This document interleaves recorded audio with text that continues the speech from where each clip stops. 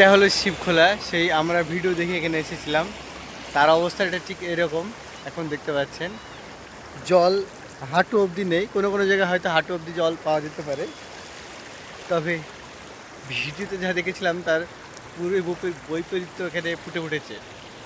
আর তেমন কিছু নেই, এইখানে তো জল নেই, কোনো কোনো জায়গায় জল আছে, হয়তো এমন জায়গায় গেলে পরে আপনার হাঁটু পর্যন্ত ভিজতে পারে, তার বেশি আপনি আশা করতে পারবেন না এখানে। হ্যাঁ, জল মোটামুটিভাবে ঠান্ডা।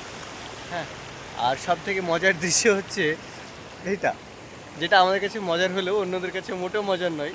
ওনার গাড়িতে আজ সকালবেলায় এখানে আটকে গেছে বলছিলেন। তবে সুযোগ নিয়েছি আমি, অনেকগুলো ছবি তুলে নিয়েছি গাড়িতে বসে।